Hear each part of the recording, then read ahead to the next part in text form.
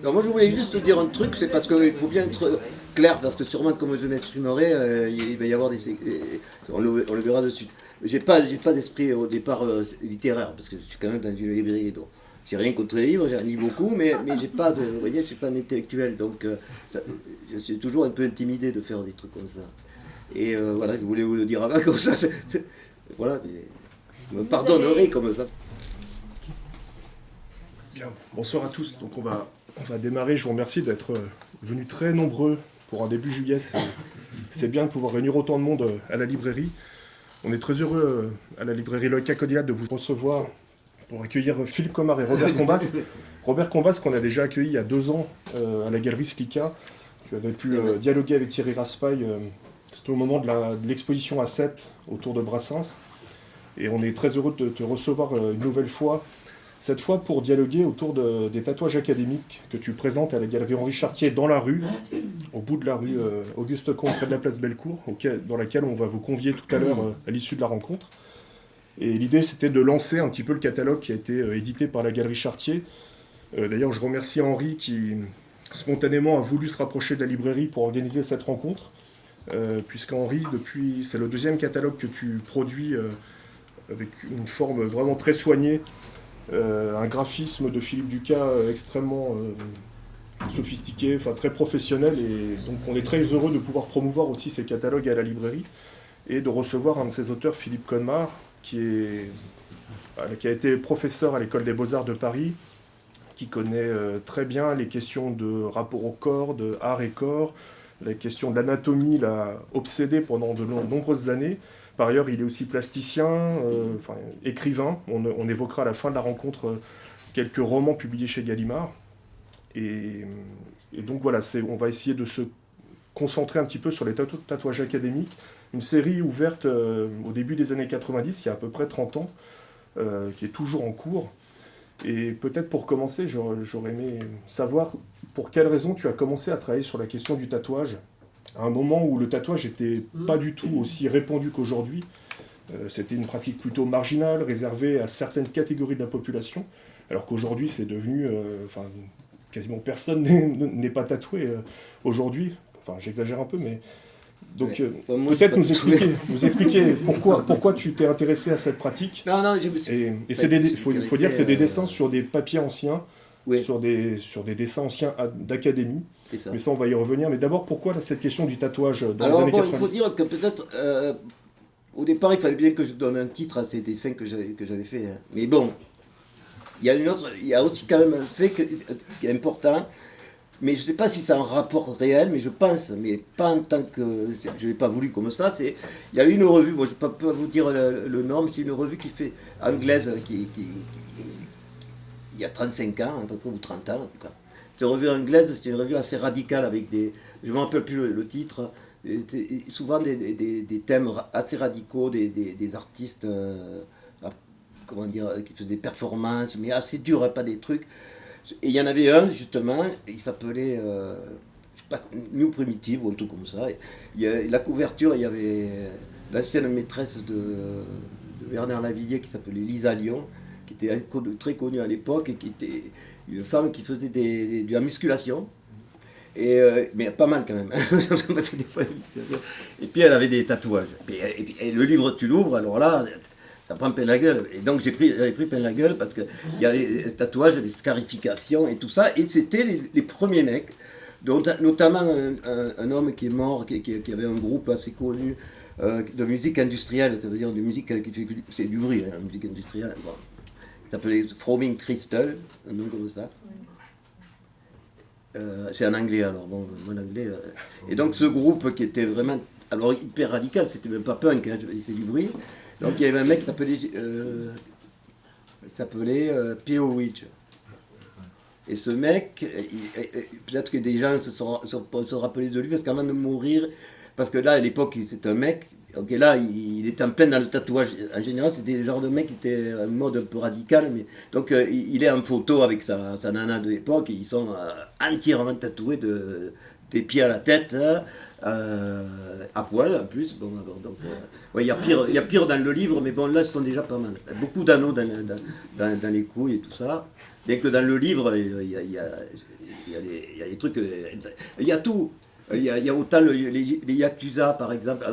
C'est super ce bouquin. Il y avait un croquis des Yakuza. Alors là, on ne part pas dans le tatouage, mais là, ils s'ouvrent le sexe, ils mettent des boules. Hein.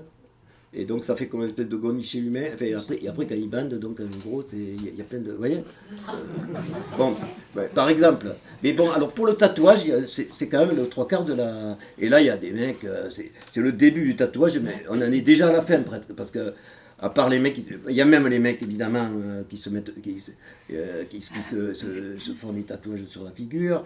Et le champion du monde, c'est un espèce de vieux comme ça. Enfin, pour moi, c'était le champion du monde parce que lui, il avait carrément, il était à poil, il en avait dans les couilles, il avait 50 anneaux, sans compter dans nos glands, il avait vraiment une vingtaine, et de partout aussi. Alors là, bon, bien qu'aujourd'hui, quand même, je m'arrêterai là, mais pour le corps, parce que peut-être que tu connais Black Alien, tu connais Comment? Black Alien. Ah oui, je vois ce que Je dirais que pour moi, le maximum dans la fabrication du corps, là, c'est vraiment le Black Alien, c'est carrément une sculpture vivante, presque. Vous regarderez sur votre téléphone, vous allez entendre il faut aimer le gore quand même. Hein. Et autrement, bon, alors pour parler des tatouages, donc moi j'ai vu ce livre, donc je sais pas, mais moi je me demande, Moderne Primitive, je crois qu'il s'appelait, mais le titre de ces, parce qu'il y avait plusieurs thèmes, hein, ça je me rappelle plus. Et donc je pense que ce livre m'a beaucoup influencé quand même dans le truc. Et puis comme j'ai commencé à faire ces dessins sur les... J'ai eu l'idée donc parce que de dessiner sur des dessins préexistants.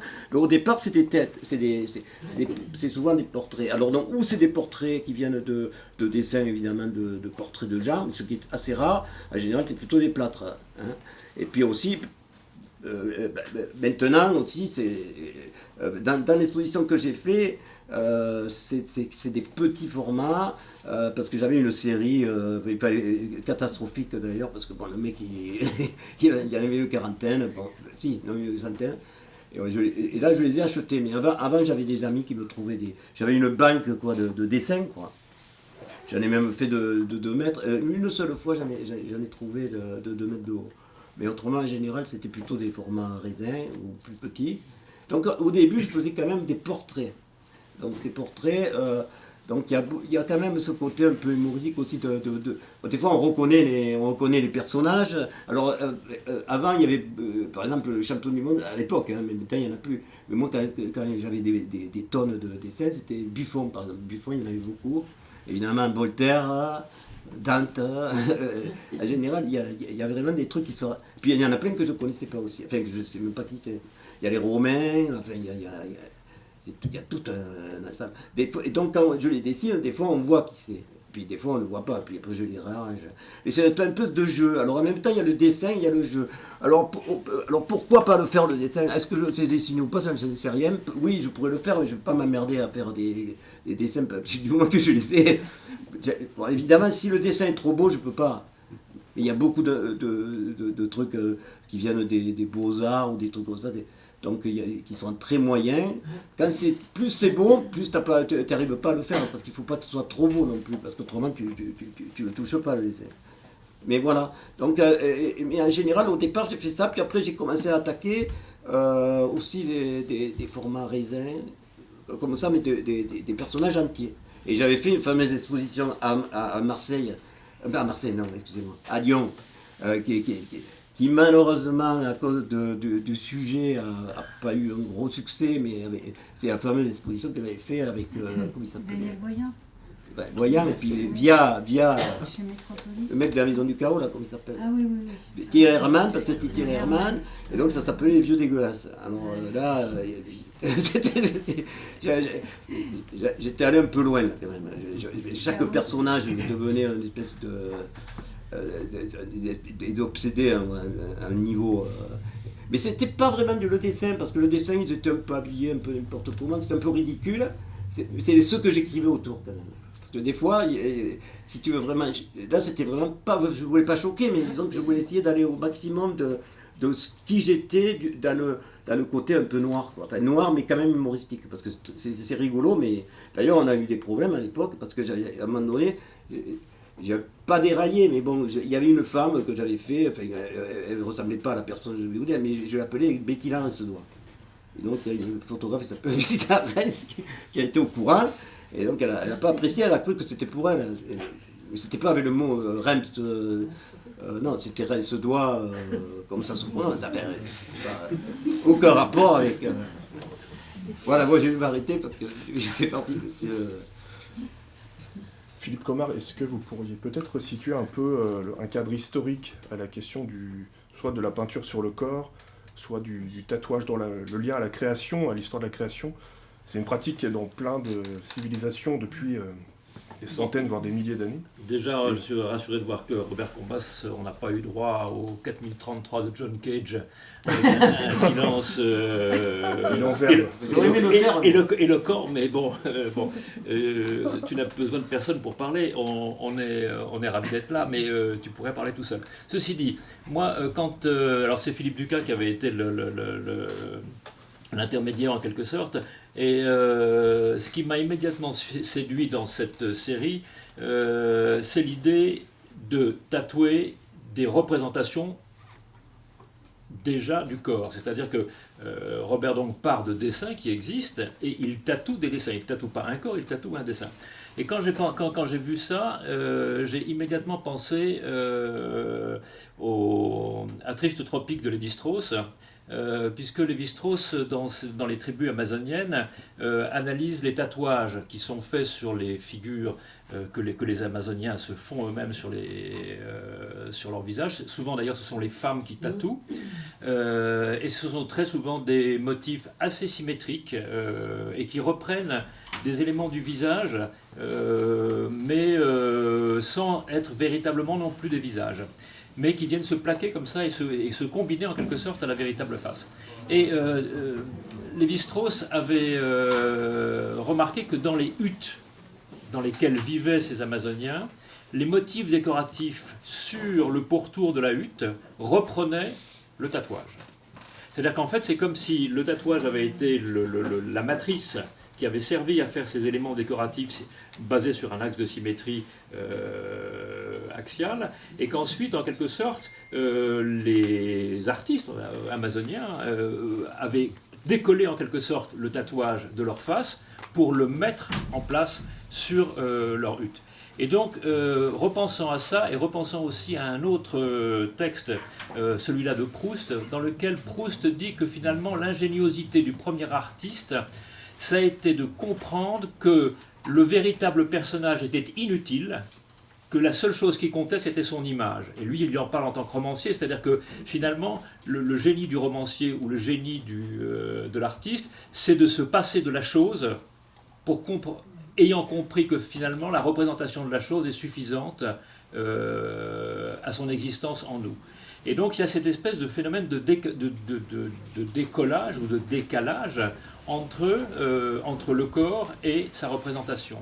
Et donc, moi, ce qui m'a plu dans la démarche de Robert, c'était qu'il faisait exactement l'inverse. Il repartait en quelque sorte, il recollait la peinture au corps. Au lieu d'avoir finalement pour caricaturer ce que dit Lévi-Strauss, finalement, une peinture pour lui, c'est un visage qu'on aurait décroché de sa tête, quelque sorte, qu'on aurait mis sur un cadre et accroché au mur. Ben, finalement, ce que fait Robert Combas, c'est exactement le contraire. Il prend des dessins et il recolle finalement la peinture sur le corps. Alors quand on sait très probablement l'histoire de la peinture est d'abord une histoire du dessin corporel, c'est-à-dire qu'on a commencé par dessiner sur le corps, soit en se tatouant, soit en se maquillant, soit en s'enduisant de terre, tout ça. Ça existait avant sans doute les représentations justement de type mural. Eh bien, on a vraiment ici un phénomène de bascule, d'inverse qui moi m'a beaucoup à la fois intrigué, séduit dans cette démarche. Après, il y a beaucoup d'autres aspects qui rentrent en ligne de compte, mais puisqu'on parlait alors sur le plan historique, oui, effectivement, on a évoqué le fait que le tatouage n'était pas très à la mode sans doute dans les années 80. Il faut même savoir que pendant tout le 19e siècle, les anthropologues, surtout dans la seconde moitié du 19e siècle, considéraient que le tatouage était une marque d'infamie. on a systématiquement décalqué, reporté les tatouages des criminels et des prostituées dans les prisons en France. Mais pas seulement en France, partout en Occident. Il y a des livres qui sont La Cassagne, etc. Il y a un certain nombre d'anthropologues qui ont travaillé dans les prisons et qui ont prélevé ces dessins, qui sont d'ailleurs très intéressants. On est du côté de l'art brut, hein, si on pour le dire Art très populaire, je dirais. oui, enfin brut, populaire, peu importe. Enfin, on est sur c'est quelque vrai. chose de très primitif au sens premier. Et le tatouage, c'est vraiment une marque d'infamie. C'est comme le fer rouge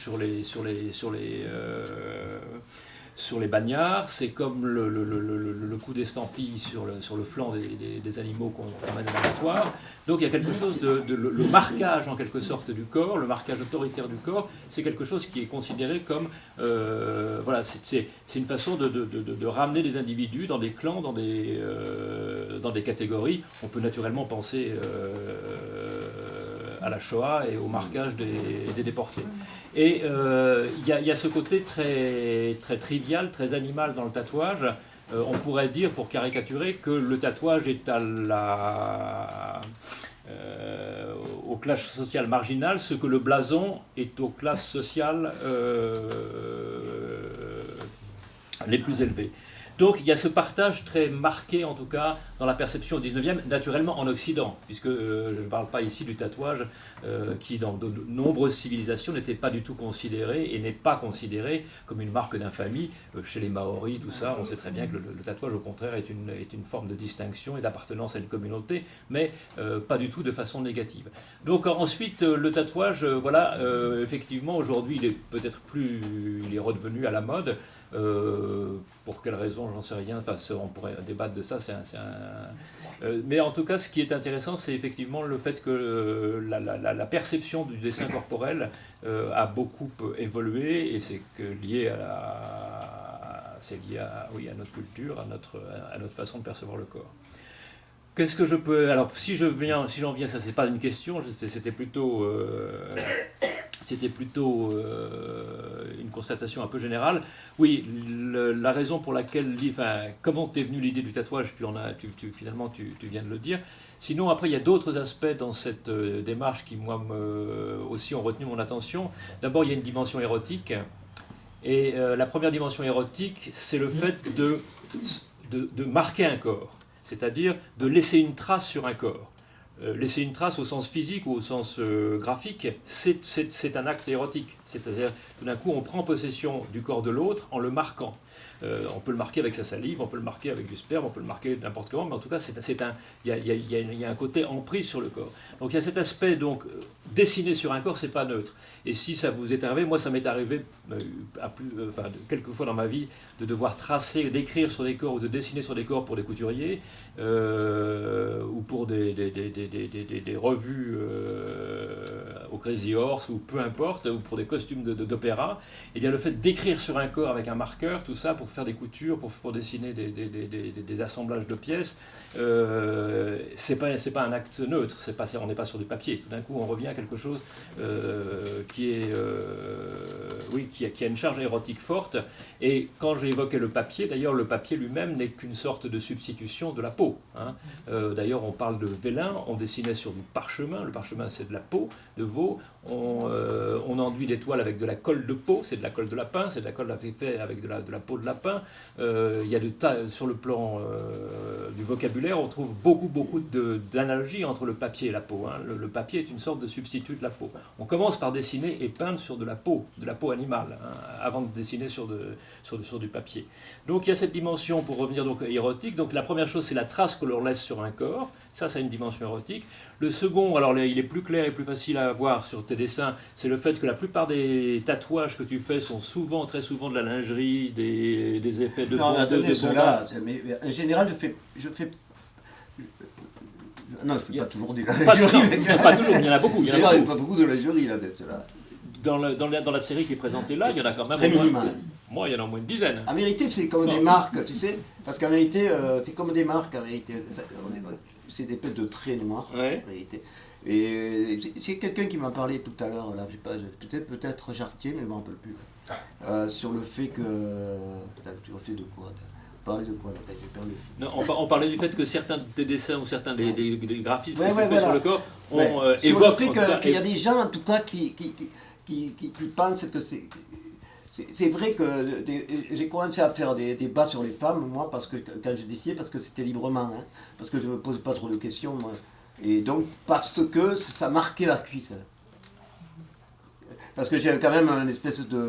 J'ai une tendance, même si ça peut arriver que je ne fasse pas tout le temps des trucs remplis, mais bien, 3/4 du temps, j'ai une tendance quand même au remplissage, c'est clair. Et donc cette tendance au remplissage, évidemment, fait que des fois, il faut encore que je remplisse plus que... Voilà. C'est pour ça d'ailleurs que j'ai fait des tatouages sur les cordes. Et en même temps, bon, ça reste un geste. C'est un geste, c'est un peu comme quand j'écris ou des trucs comme ça, je fais un travail comme d'autres, je représente quelque chose, donc un être à part, comme on est tous à part. Ma proposition, c'est une proposition. Ben alors ça c'est un autre aspect, c'est le fait que finalement, d'après ce que je comprends, quand tu travailles, tu n'as pas vraiment à l'avance l'idée de ce que tu vas faire. Ça peut arriver. Ça peut arriver, mais sinon il y a le plaisir simplement tout d'un coup d'intervenir, puis de voir comment les choses se développent comme un lien. Oui, mais après ça évolue de toute façon. Parce que par exemple là, ça fait quand même, depuis les années 90 apparemment, donc ça fait quand même 30 ans que j'en fais, mais j'en fais pas tout le temps. Mais ça m'arrive d'en faire. J'en ai même fait avec dans des peintures, parce que là, en général, c'est des dessins, on va dire, c'est proche du dessin. Hein. Mais j'en ai fait aussi en peinture aussi. Alors bon, la dernière petite remarque, c'est que pour revenir encore sur ces rapports papier, peau, etc., on peut évoquer aussi le fait que le mot pénis c'est le même mot que pinceau, c'est péniculus, hein, ça veut dire la même chose, enfin c'est la même origine sur le plan étymologique. Alors ma première question, c'est cette dimension, je dirais, érotique, aussi bien dans la facture que dans le fait de laisser une trace sur le corps d'un autre. Comment est-ce que c'est une chose dont tu as conscience? C'est une chose qui est elle-même excitante pour toi? Ça rend Suivant comme c'est, ça peut arriver que ce soit même excitant, mais c'est... mais en vérité, ça fait partie du truc, quoi. Voilà, c'est ça. De toute façon, ça fait partie du truc. Alors, tous les ressentis, évidemment, je les ai eus, mais bon, à des époques différentes.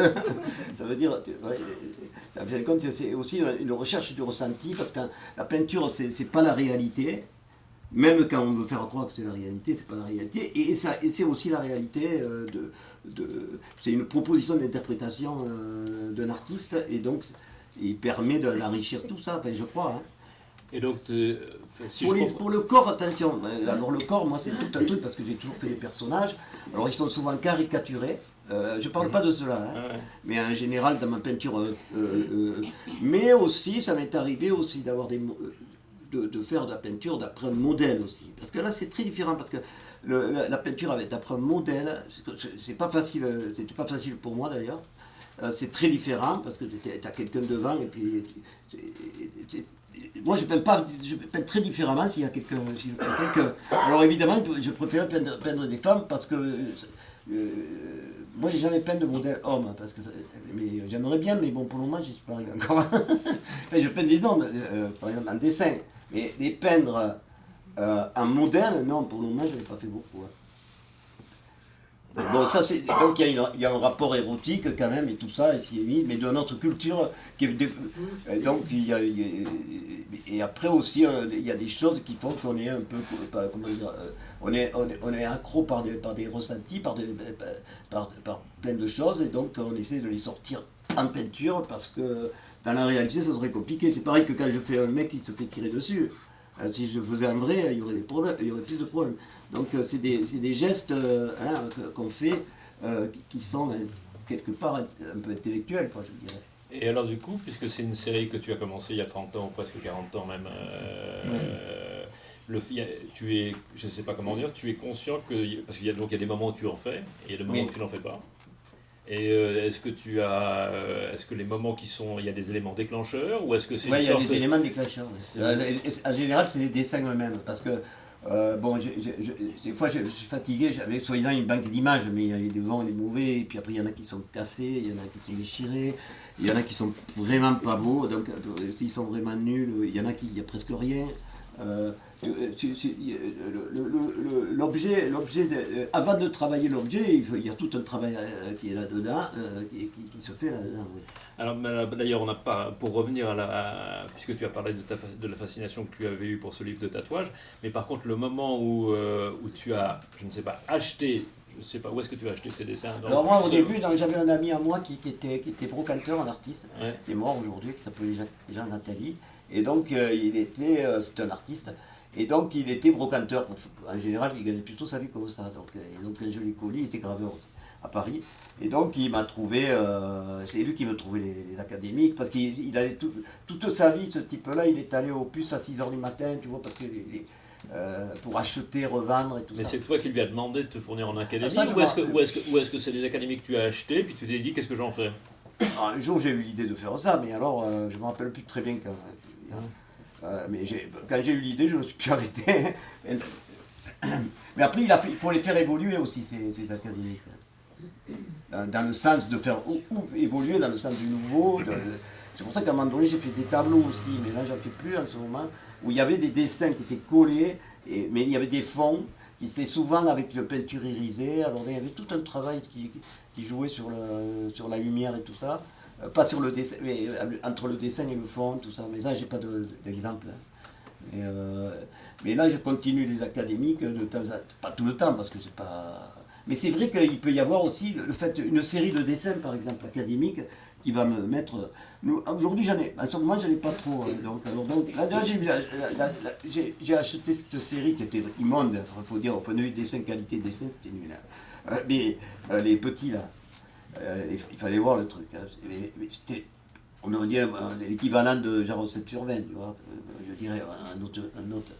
Et donc, j'en ai eu beaucoup. Donc j'ai voulu les embellir, ces trucs-là. J'ai voulu voir, parce que c'était tellement mauvais que franchement, c'était dur. Mais je suis arrivé à embellir le truc.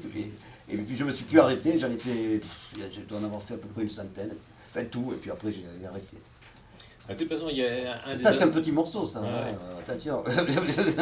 un des aspects, donc pour revenir, disons, à ce qu'on disait tout à l'heure, c'est-à-dire que le fait de prendre un Apollon ou une Aphrodite et de la tatouer, c'est, je ne sais pas comment dire, c'est humaniser un dieu, c'est-à-dire que tout d'un coup, le caractère céleste et divin de ces êtres mythologiques, tout d'un coup, sont ramenés, sont tirés en quelque sorte vers le bas pour devenir humain. Et surtout quand on sait que, effectivement, au XIXe siècle, tout ça, le tatouage était considéré comme quelque chose de relativement vil. Je suis pas sûr quand même qu'ils soient humains parce que c'est un dessin quand même, on le voit. Oui, C'est réaliste, mais ça va pas jusque. Je veux dire, il faudrait que je fasse que ce soit plus, on va dire, plus peint, plus. Ce que tu dis la vérité, c'est possible, mais c'est. Après, la gaucherie du dessin fait que ces entités mythologiques. Parce que j'ai fait beaucoup de statues aussi, dans le même esprit, avec des barres, tout ça, mais très différents, parce que d'abord c'est les plus graves, et là ils ne sont pas dans l'exposition. J'en ai fait d'après la victoire de Samothrace, par exemple, ou surtout la Vénus de Milo. J'ai fait des pages à recel, mais. C'est vrai, mais ça les humanise. Donc, ce que je veux dire, c'est qu'ils restent un peu statues quand même. Je veux dire, on les voit, la Vénus de Milo, mais quand même, c'est vrai, ça l'humanise pas mal. Oui, c'est vrai. Après, il y a un côté destruction aussi, parce que le tatouage, c'est quelque chose qui vient casser la forme. C'est-à-dire que c'est comme c'est comme un véhicule militaire sur lequel on trace du camouflage. Donc en fait, ça casse la forme au profit du dessin. Le dessin, tout d'un coup, prend le pas sur la forme. Alors, il y a un truc aussi, c'est que dans l'exposition, là, il y a 4 dessins qui sont devant la vitrine. Et quand on regarde bien, franchement, il y en a 2, c'était des mecs. et ça se sent, et moi je le sens quand même. Il y en a 2, c'était d'après des dessins de statues sûrement c'était assez féminin quand même par rapport à aujourd'hui, enfin encore que, mais non, mais tu vois, je veux dire, ils étaient assez féminins les dieux, hein. Et donc, si vous regarderez, pas le moustachu avec, avec la Vital, mais il y en a un ou deux, et ça j'aurais aimé, quelque part j'ai un peu raté le truc, et finalement je trouve que c'était bien, parce que justement, au départ j'aurais aimé, en vérité, qu'on ne me voit pas. Parce que moi, quand je fais le dessin, c'est quand même d'un jet. Hein. Ces dessins, il n'y a pas de reprise. Je veux dire, ou je le fais, ou je le rate, et puis je le jette, ou alors je veux dire, je ne reviens pas vraiment dessus. Quoi, hein. Et donc, les 4 dessins du début, là, ils sont assez intéressants pour ça. Ils ont le côté un peu décadent. Donc, il y a aussi, aujourd'hui, avec les nouveaux... Mais on se rapproche, c'est rigolo, comme on se rapproche comme le passé revient avec le présent. Dans le milieu artistique, c'est pas gênant, mais c'est gênant dans le milieu social.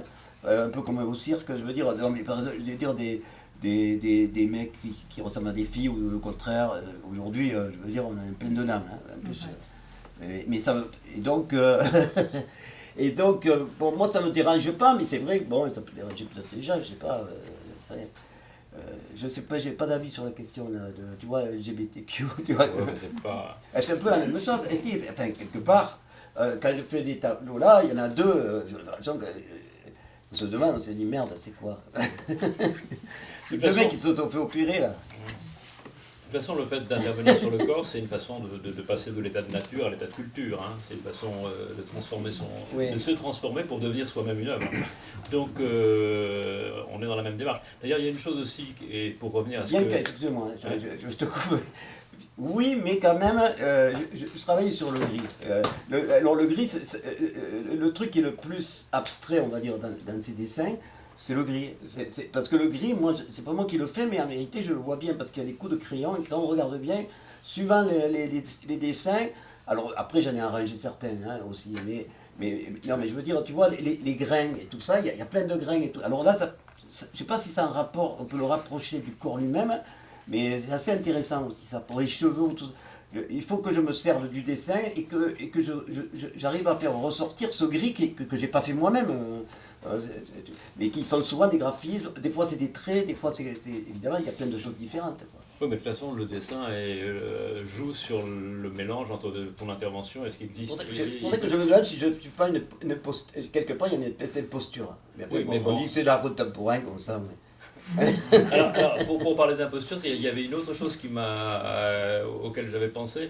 Bon, quand on est collégien et qu'on s'ennuie, généralement sur les magazines, on dessine des dents carriées, on fait des moustaches, non pas la Joconde forcément parce qu'on la connaît pas encore, mais bref, on transforme des images qui existent sur lesquelles on intervient. Est-ce que ce côté un peu ludique et à la fois en même temps un peu pervers et un petit peu profanateur, c'est une chose à laquelle tu as pensé en le faisant? Enfin, j'étais même adepte de ça.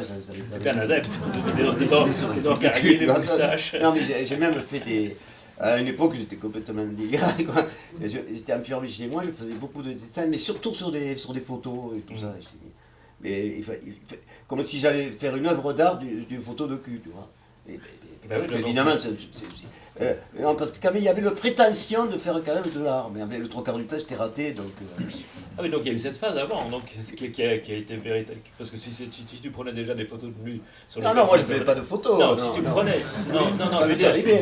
Si tu prenais au sens, si tu utilisais des photos existantes de nu pour intervenir dessus graphiquement... Oui, sûrement, oui, c'est sûr. Le problème de la photo, c'est technique, hein, je veux dire, c'est que ça part avec la lumière assez facilement. Alors, c'est des trucs à garder. Alors, on peut faire des bouquins, tu sais, secrets, là, comment on appelle ça? Il y avait des bibliothèques comme ça de livres. Tu parlais des trucs de peau et tout. Il y a un livre qui est un peu dur à lire, que j'ai pas lu entièrement, sur ça, là, qui était sorti il y a quelques années. C'est sur les bibliophiles de tous ces trucs faits avec des peaux humaines, tout ça. Il y avait tout, surtout au 19e, si je ne me trompe pas. Et ce livre, il est sorti il y a quelques années, non? Il y a 2-3 ans. Ouais, c'est ça, c'est celui-là. Ouais, sur les reliures en peau humaine, c'est ça? C'est ça. Ouais. Mais oui, c'était un peu plus large, hein, quand même. Est-ce qu'on peut peut-être évoquer la question des titres et du texte qui accompagne les dessins? Ouais, alors les titres, oui, mais alors les titres, bon, là c'est presque, on va dire la poésie, c'est un peu prétentieux, mais enfin, bon, en tout cas, là ils sont pas grands les textes, mais c'est un amusement aussi. Oui, c'est comme il y a quand même un rapport au jeu, parce que tant que je peux me permettre ça, mais en même temps je me pose beaucoup de questions, parce que des fois je me dis, mais je m'amuse trop, donc il faut que j'arrête, parce que autrement Pour donner une je me suis petite toujours idée, demandé pour si ceux- ce pour que je ceux- faisais était ringard ou pas, de toute façon, c'est clair, hein, je veux dire, j'en sais rien, mais franchement, il y a des fois je suis prétentieux, et puis il y a des fois je me dis, mais Alors, merde, si une petite question. En fait, les textes ne sont pas sur les dessins eux-mêmes. Alors, Ils sont- non, non. enfin, c'est Donc- arrivé ça. Mais mais dans cette série qui est Non, non. présentée, les textes, oui, ces Ouais. textes qui sont à la fois des titres, sont mis à côté. C'est ça. Donc c'est comme un titre en fait. C'est comme un titre, mais voilà. Alors, le truc, c'est que moi, au début, quand j'étais aux Beaux-Arts, c'était l'époque assez intellectuelle, tu vois, sur Port Surface, tout ça. Et donc, les mecs, ils faisaient plus le titre. Ça n'existait plus le titre. Les seuls qui faisaient des titres, c'était, on disait, c'est un peu ringard et tout ça. Et donc, moi, je me suis dit, bon, je vais faire des titres parce que puis ça enrichit le tableau. Et puis aussi, c'était le fait de vouloir. Au début, hein, on a tendance à vouloir toujours donner plus en faisant un dessin sur une dédicace, par exemple, même si j'en ai fait des milliers et que peut-être je le regrette aujourd'hui, parce que, bon, évidemment, il y en a quand même une partie qui se vend sur eBay, alors bon, j'ai rien contre, mais bon. Donc, attends, ça y est, j'ai perdu le fil. Là. On parle des titres. Ah oui, les titres. Voilà. Et donc, les titres.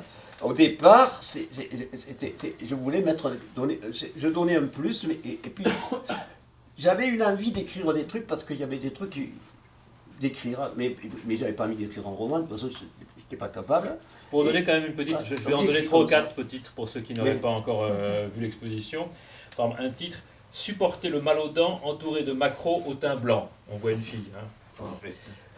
Une autre, en caressant le chevreau, elle sourit au dévot. Il est pas mal. Il est pas mal. Il y en a un autre dessin, c'est la reine marquée couronnée, la reine musquée couramment. On est presque du côté de l'Oulipo là. C'est pas mal quand même. Bon, Encore un autre. Comme une sainte, elle se repose devant un homme à cornes, pas net, et d'autres excités du robinet. La connotation sexuelle. Ouais. Mais non, mais là, c'est vrai que. Ah, mais là, bon, moi, si tu veux, en vérité, si il y a c'est un titre, donc ça vaut rien, et en même temps, c'est un petit poème, donc ça vaut un petit quelque chose, quoi. C'est ça le truc, un peu. Et une petite histoire. Et pourquoi ne pas les avoir écrits directement sur le dessin? Ça peut m'arriver, mais là, non, parce que là, parce que j'étais pris par ces dessins, parce que quand je fais c'est une espèce de série, on va dire, hein, et donc, bon, tu vois, je veux dire, après tu fais un peu une espèce de course contre le temps. Par exemple, les sangs, au début, je ne pensais pas en faire 100.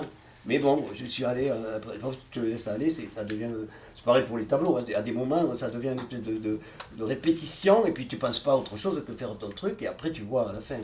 C'est pas directement lié à un texte. C'est rare quand je fais un truc qui a un texte, lié ou à un texte ou à une idée avant.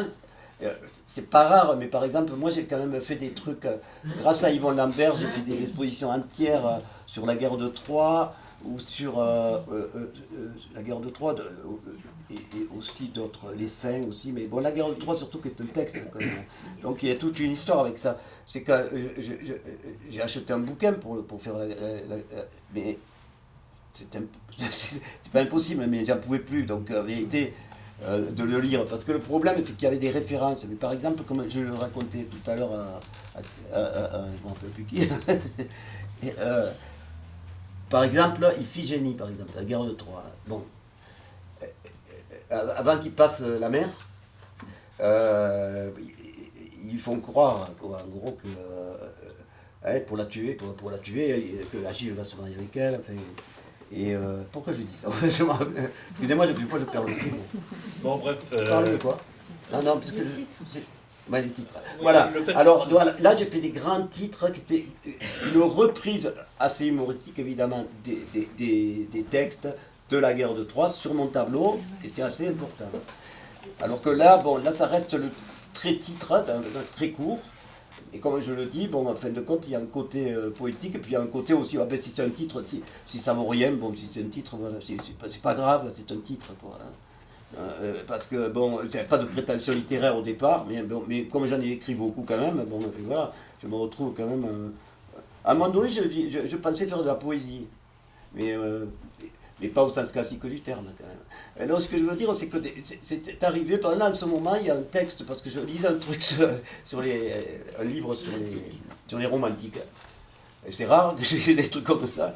Et là, il y a un truc qui m'a marqué, c'est parce que je veux le faire, donc j'ai commencé, c'est Mazeppa. Tu vois, parce que Mazeppa, c'est un noble, alors il y a un rapport avec l'Ukraine, c'est un noble qui avait trompé un comte, hein, et le comte l'a attrapé, ils l'ont attaché sur un cheval, et ils l'ont lancé à toute allure sur l'Ukraine. Mais il est resté vivant, mais son cheval est mort, parce qu'il fonçait à toute allure, il y avait des loups et tout ça autour. Et donc il est devenu prince d'Ukraine. Alors je trouve ça génial, quoi, un type attaché qui devient prince d'Ukraine en ce moment. Et donc c'est un texte de Byron. Donc, alors je dis pas Byron en général, mais dans le truc, il y a le fameux poème sur Mazeppa qui est sublime. Enfin pour moi, personnellement. Ou alors des trucs de... Avec Houellebecq, par exemple, j'ai jamais lu ses livres, mais par contre, j'ai fait des poèmes de Houellebecq. Et ça, je suis rentré dedans. Mais je les ai bien ressentis, hein, je vais vous le dire. Je veux dire, j'ai vraiment ressenti les poèmes de Houellebecq pour faire ce que j'ai fait. Parce qu'il avait fait un travail dans une exposition. Et donc, c'était d'après des textes de Houellebecq. Et voilà, quoi. Et donc... mais c'est que des textes de poèmes de Houellebecq. Et là, j'y suis vraiment rentré dedans. Alors que je n'ai jamais lu un livre de Houellebecq. Et sinon, alors une chose que tu as un peu évoquée en disant que quand tu partais, ça se développait, tu ne savais pas très bien comment ça allait se développer, et que c'est après coup, en quelque sorte, même que ces phrases interviennent, qui viennent en quelque sorte sceller le dessin. Ça me fait repenser encore, je suis désolé, c'est un peu pédant de reciter Proust, mais il a une très belle formule. En fait, il parle de Balzac, mais il parle de lui en parlant de Balzac. Il dit que Balzac, lui, quand il travaillait, c'est Balzac qui le dit, il dit « Je suis comme un mineur enseveli sous un éboulement de terrain ». C'est-à-dire, je travaille, je ne vois pas finalement rien d'autre que mes mains qui creusent la matière que j'ai devant moi. Et Proust commande cette phrase, et en fait il parle de la recherche, et il dit finalement, j'ai compris, enfin Balzac, mais lui, j'ai compris mon sujet par une sorte d'illumination rétrospective. Et c'est-à-dire que, et je crois que c'est très vrai pour beaucoup d'artistes, c'est-à-dire qu'on travaille, on avance, et puis à un moment donné on se retourne et on comprend son projet. C'est un peu la phrase de Picasso qui disait que le sujet d'un artiste, c'est la chose la plus dure à trouver, il faut toute une vie pour trouver son sujet, mais c'est un peu la même chose, c'est-à-dire qu'on avance et puis à un moment donné, on se retourne et on comprend finalement quel était le fil conducteur. Voilà. Donc, même si au départ il y a des idées, en fait souvent ces idées c'est plutôt un peu comme des souvenirs écrans ou des images écrans, et la chose qu'on le recherche elle est souvent derrière, elle est à côté, elle n'est pas exactement là où on va, et donc c'est simplement un point de départ, et du coup ces petits textes qui viennent sceller en quelque sorte le dessin, parce que tous les textes interviennent je suppose une fois le dessin fait, Oui. C'est une sorte de manière de reverrouiller par un regard, par une sorte d'illumination rétrospective, pour reprendre le mot de Proust, le dessin qui est fait. Moi, je trouve le titre, tu vois, je voulais le mettre sur Internet, mais bon, parce que c'est pas intéressant. C'est une femme avec un panier, là, le dessin, et elle a un coq dans le panier qui sort. Et donc, j'ai appelé La République tenant le coq fatigué dans un panier. C'est très l'actualité. Oui. Hein? C'est l'actualité. Oui, exactement, ouais. Donc, vraiment. Il y avait un autre aspect, moi, qui m'intéressait aussi dans cette série. D'abord, en fait, il y a les tatouages sur la figure, c'est-à-dire sur le corps lui-même, mais en fait, on voit que ces tatouages ont beaucoup de dessins qui, en quelque sorte, débordent. Ils envahissent littéralement la page. Oui, Donc là, on revient un peu à ce que je disais au début sur ces tribus amazoniennes, où le tatouage corporel se projette dans l'espace qui est autour. Donc là, il y a ce même rapport entre le fond et la forme, en quelque sorte, opposition entre les deux. Et surtout, quand on regarde attentivement, il y a énormément d'yeux dans tes dessins. Et je voulais te poser, alors ici en plus la librairie s'y prête, hein, L'œil cacodilate, c'est le fameux tableau de Picabia avec l'œil. tous ces yeux, finalement, c'est des yeux qui nous regardent, ce sont des yeux souvent frontaux, de face, hein, et on est un peu en situation souvent d'être peut-être plus regardé qu'on ne regarde le dessin. Et quand on sait que les yeux, dans la mythologie grecque, c'est Argos, qui était couvert d'yeux et qui était une entité qui incarnait la vigilance. Il avait une centaine d'yeux, à chaque fois qu'il y en avait 50 de fermés, il en restait toujours 50 d'ouverts pour pouvoir observer. Et est-ce que pour toi, alors là c'est une question peut-être plus générale, est-ce que dans ces dessins, mais peut-être dans ta peinture, est-ce que finalement le rôle de l'art ne serait pas finalement d'inciter à la vigilance, c'est-à-dire elle nous regarde comme ces yeux d'Argos Moi, je fais pas de politique. Vigilance, pas au sens forcément politique, tout simplement sur Par voilà, contre, moi je pense à un ami à moi, qui était, pas à moi, mais un ami avec qui j'ai fait des expositions, parce que je pensais aux yeux fermés, parce que j'ai un ami qui s'appelle Jean-Luc Parent, il a fait beaucoup de trucs sur les yeux fermés, les yeux ouverts, et donc il écrivait, mais par exemple il disait, bon, de la main gauche les yeux fermés, de la main droite les yeux ouverts, il a fait plein d'œuvres comme ça. En fait, c'est pas des corps, hein, mais lui. Et donc, que j'ai fait des trucs avec lui parce que je pensais à lui justement, parce que j'ai vu quelqu'un avec qui je pouvais un peu, pas rivaliser, mais où on avait des rapports, justement, des rapports bêtes, mais en tout cas sur les yeux, qui moi étaient plus abstraits, mais en fin de compte, ouverts, fermés. Mais, et maintenant, ça me marque tout le temps. Il est décédé aujourd'hui, mais c'est un grand artiste, hein, il faut le dire, parce que. Le problème, c'est qu'il y a pas mal de grands artistes, quand même, en dehors de la conférence, qui ont besoin d'être soutenus, hein, parce qu'en France, autrement, c'est que le star system. Hein, voilà. Donc, il faut quand même pas l'oublier. Et il y en a plein, et donc, bon, voilà, c'est pour ça que je parle de lui, parce que je pensais à ça. Les yeux fermés, les yeux ouverts. Et ça t'arrive, toi, de dessiner les yeux fermés? Non, mais peut-être qu'un jour. De toute façon, si je me coupais la main droite, je dessinerais avec la main gauche. Par contre, le truc de dessiner avec la main gauche, c'est quand même très intéressant. Bon, mais après, il ne faut pas non plus arriver au cirque lui-même. Bon, il ne faut pas non plus exagérer, quoi, parce que on ne va pas jusqu'au cirque. Enfin, pourquoi pas, mais enfin, bon, c'est un peu compliqué cette histoire de cirque là. Non, mais de toute façon, un dessin, on dessine, c'est avec l'esprit, hein, le fait que ce soit la main Ah, droite, mais il y la a main les deux, gauche. Bon, là, il y a une certaine adresse de la main, mais c'est très secondaire par rapport à la conception de l'œuvre. C'est Ouais. pas la main, c'est pas la. De toute façon, c'est la personnalité qui fait tout, même dans les œuvres les plus techniques. S'il n'y a pas quelque chose en plus, hein, c'est un peu comme la musique aussi, c'est pareil. Hein.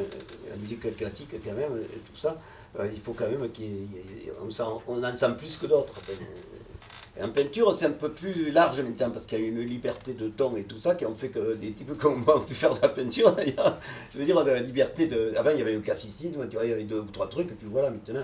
Même moi, je suis dépassé depuis. Enfin, il y a une nouvelle technologie, elle s'y est mise, mais presque à la limite, je n'oserais même pas le dire, mais il y a trop d'artistes presque. Mais, non, de moins en moins de peintres, mais de plus en plus d'artistes. Est-ce que vous voulez dire quelques mots de votre œuvre romanesque, Philippe Comard?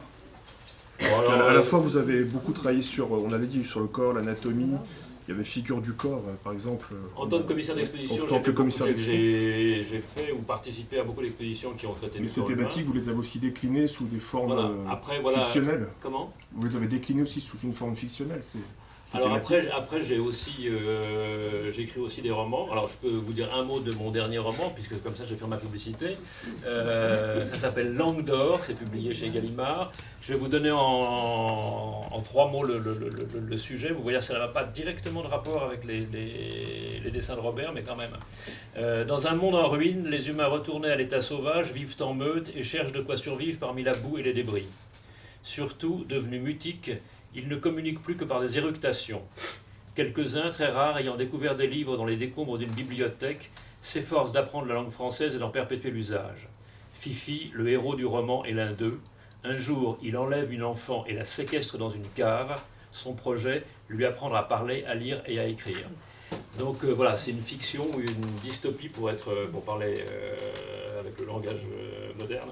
Mais sur la langue et sur l'apprentissage, aussi sur la paternité, puisque c'est le rapport entre un homme et une enfant, Et il n'y a pas l'art contemporain est un peu présent parce que l'essentiel du roman se passe dans le mastaba de Jean-Pierre Reynaud, qui est à la Garenne-Colombe, qui est un lieu enterré. Vous savez que Jean-Pierre Reynaud, bon, il avait lui-même vécu Il a même dans un habité dedans. bunker.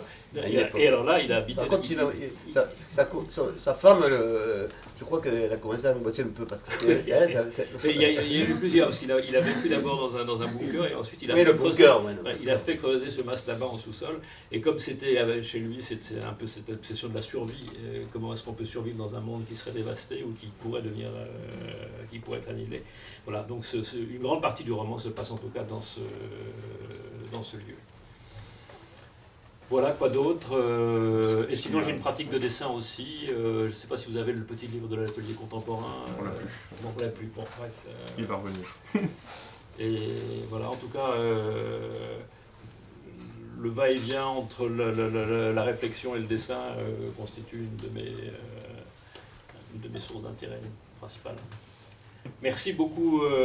Merci à vous, surtout. C'est moi.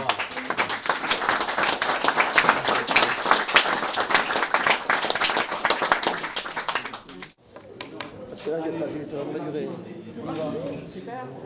Parce que plus ça va, plus je saurai de mon résumé. J'ai déjà des gros bouquins, des super Oui, dessins non, je sais, mais c'est pas ça. que je garde C'est avec interdit d'avoir pour et Michel. de faire des dessins. Michel, M-I-C-H-E-L. C'est tout simplement interdit.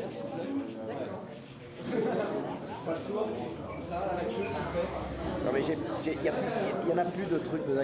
Il va s'arrêter le truc. Je ne sais pas. Ah ouais? Et là, celui-là, ça devrait aller un petit peu, tu vois. Je l'avais pas vu hier, super. Ah, voyage. Tu veux pas le signer, mais c'est monsieur qui a fait le texte. Ah bah oui, Faut lui dire parce que voilà. C'est pour mon frère Alain. avec plaisir. Ce sera tout un plaisir. Je retrouve mes lunettes.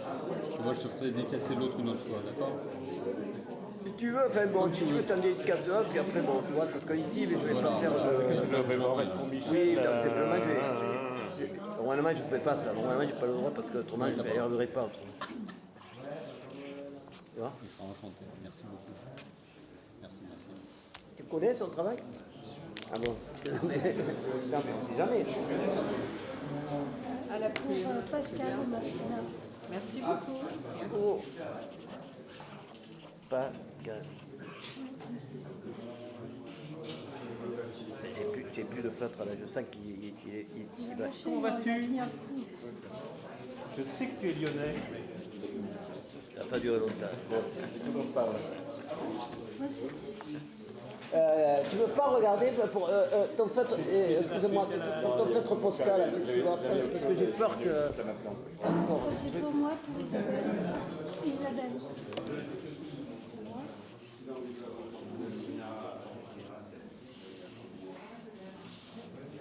Ouais, je sais pas. Tu vois c'est emmerdant parce que c'est des trucs automatiques. Mais normalement, je ne vais pas faire de dessin parce que j'y arriverai jamais là. Le nombre. Un petit dernier. Voilà, ça c'est c'est un livre de texte. Mais où il y a des académiques, il y a un peu de tout. Hein, Oui. mais justement, alors là, il y a. Là, c'est quand même différent. Il y a un académique, je crois, qui. Ah, c'est pas S'il y en celui-là. a un au milieu, je pense. Oh, là, c'est autre chose. Ouais. Philippe, tu commences et après ça sera Robert. Ouais, bien sûr. Non, je cherchais un morceau, mais je ne le vois pas. Ah, mais celui-là, il a fait scandale, celui-là. Celui-là, il a fait scandale. C'est horrible. C'est une caricature de la secte démoniaque, sexuelle. Ah,